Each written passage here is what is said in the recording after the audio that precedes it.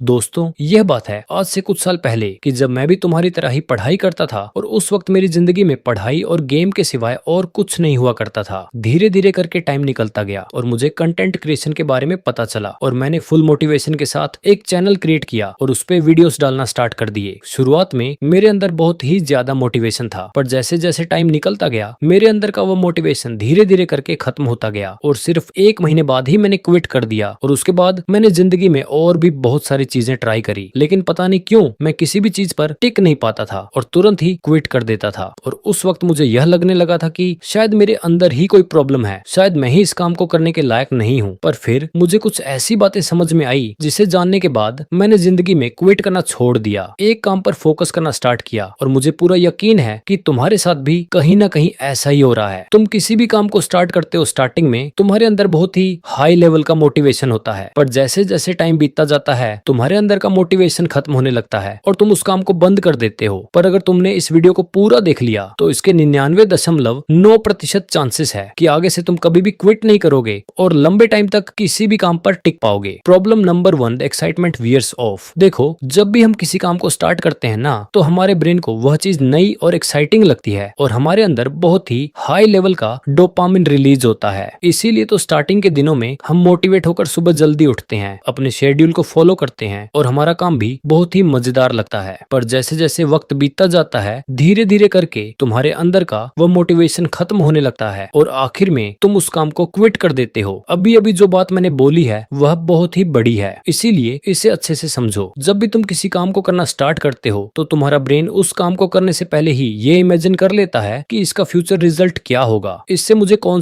से फायदे होंगे। और क्योंकि हमारे दिमाग को इंस्टेंट प्रेशर पाने की आदत लग चुकी होती है, इसीलिए जब हमें थोड़े दिनों तक मेहनत करने के बाद, काम करने के बाद कुछ खास रिजल्ट नहीं मिलता तो हमारा दिमाग हमें क्विट करने को कहने लगता है, क्योंकि अब सेम काम हर दिन रिपीट होने लगता है और वो जो एक्साइटमेंट हमारे अंदर थी वो धीरे धीरे करके खत्म होने लगती है। इसे ऐसे समझो कि जब तुम पहली बार जिम जाने वाले होते हो तो तुम बहुत ही ज्यादा एक्साइटेड होते हो और तुम्हारा दिमाग पहले से ही मन में ये सोच लेता है कि मैं जिम जाकर एक अच्छी बॉडी बना लूंगा। लेकिन जब 1 महीना गुजरता है और बॉडी में कुछ खास चेंजेस नहीं दिखते और वही सेम चीज डेली डेली रिपीट होने लगती है तो हमारा दिमाग बोर होने लगता है, क्योंकि अब वह काम में कोई नयापन नहीं बचता, बस वह एक डेली रूटीन बन के रह जाता है। और फिर तुम ये कहते हो कि भाई इस काम में तो मेरा मन ही नहीं लग रहा, शायद मैं इस काम के लायक ही नहीं हूँ, क्योंकि अब मेरे अंदर वह पहले जैसा मोटिवेशन नहीं बचा और फिर तुम उस काम को क्विट कर देते हो। Problem number 2, poor planning at starting. मतलब कि सही तरीके से प्लानिंग ना करना। देखो, होता क्या है ना कि शुरुआत में हमारे अंदर का जोश बहुत ही हाई होता है और इसी जोश में आकर हम बिल्कुल अनरियलिस्टिक प्लान बना लेते हैं। जैसे पहले अगर तुम 10 बजे उठते थे तो अचानक से 5 बजे उठने का प्लान बना लेते हो। अगर तुम रोज आधे घंटे पढ़ते थे तो सीधा 6 घंटे पढ़ने की कोशिश करने लगते हो। अगर तुम पहले 10 घंटा फोन चलाते थे तो सीधा 1 घंटा चलाने की कोशिश करने लगते हो। मतलब तुम ये सोचते हो कि मैं पहले दिन में ही पूरी जिंदगी बदल दूंगा, पर यहाँ पर तुम मोटिवेट होकर प्लान बनाते हो और जब उसे फॉलो करने की बारी आती है तो पहला दिन तुमसे हो जाता है, दूसरा दिन भी हो जाता है, पर 1 हफ्ते बाद तुमसे यह फॉलो नहीं होता और धीरे धीरे करके तुम हर दिन इसे फॉलो नहीं कर पाते और खुद से यह कहते हो कि मैं डिसिप्लिन इंसान नहीं हूँ। जबकि सच्चाई तो ये है कि यहाँ पर डिसिप्लिन की नहीं बात है, यहाँ पर उस प्लानिंग की जो तुमने करी है, क्योंकि इस प्लानिंग में तुम सब कुछ एक साथ स्टार्ट कर देते हो और इस बात को ध्यान में रखकर प्लानिंग नहीं बनाते कि अगर फ्यूचर में कोई प्रॉब्लम आ गई तो मैं उसे कैसे हैंडल करूंगा। तुम्हारे पास कोई बैकअप सिस्टम नहीं होता है, कोई आइडियल प्लानिंग नहीं होती है और तुम क्विट कर देते हो। Problem number 3, you hit a road block and feel overwhelm और डिसरेज। मतलब रास्ते में प्रॉब्लम्स आती है और तुम टूट जाते हो। सिंपल भाषा में अगर समझाऊं तो जब तक सब कुछ इजी होता है हमें अच्छा लगता है, मोटिवेशन भी हाई होता है, पर याद रखना कि सक्सेस का रास्ता कभी भी इजी नहीं होता। फिर चाहे तुम कोई भी काम को कर रहे हो लेकिन तुम्हें उसमें प्रॉब्लम तो फेस करना ही पड़ेगा। पर होता क्या है ना कि हमारा दिमाग किसी भी काम को स्टार्ट करने से पहले उसके सक्सेस को इमेजिन कर लेता है, पर उस डिफिकल्टी को इमेजिन नहीं कर पाता जो इस सक्सेस तक पहुंचने के रास्ते में आने वाली है। दिमाग यह तो सोच लेता है कि अगर मैं जिम गया तो मेरी बॉडी बन जाएगी, पर वह यह इमेजिन नहीं कर पाता कि उस बॉडी को बनाने के लिए दर्द भी झेलना होता है, गलतियों से सीखना पड़ता है और धीरे धीरे प्रोग्रेस करना पड़ता है। लेकिन दिमाग को इन सब चीजों से डर लगता है और वह इसीलिए क्विट कर देता है, क्योंकि ऐसा करने से उसके ऊपर का बोझ कम हो जाता है और उसे रिलीफ फील होता है। लेकिन लॉन्ग टर्म में हमें गिल्ट महसूस होने लगता है और हम सिर्फ रिग्रेट करते रह जाते हैं। Problem number 4, you tend to be self critical and perfectionistic. तुम खुद को बहुत ही जज करते हो और परफेक्ट बनना चाहते हो। इसका सीधा सा मतलब मतलब ये है कि तुम जितना काम नहीं करते उससे ज्यादा खुद को जज करते हो। तुम्हें ऐसा लगता है कि कहीं मैं कुछ गलत तो नहीं कर रहा, अगर मैं सक्सेसफुल नहीं हुआ तो मेरा क्या होगा, शायद मैं एक अच्छी बॉडी नहीं बना पाऊंगा, शायद मैं लाइफ में पैसे नहीं कमा पाऊंगा। और इन्हीं सारी सोच की वजह से तुम क्विट कर देते हो और साथ ही साथ तुम परफेक्शनिज्म के पीछे भी भागते हो। मतलब कि किसी भी काम को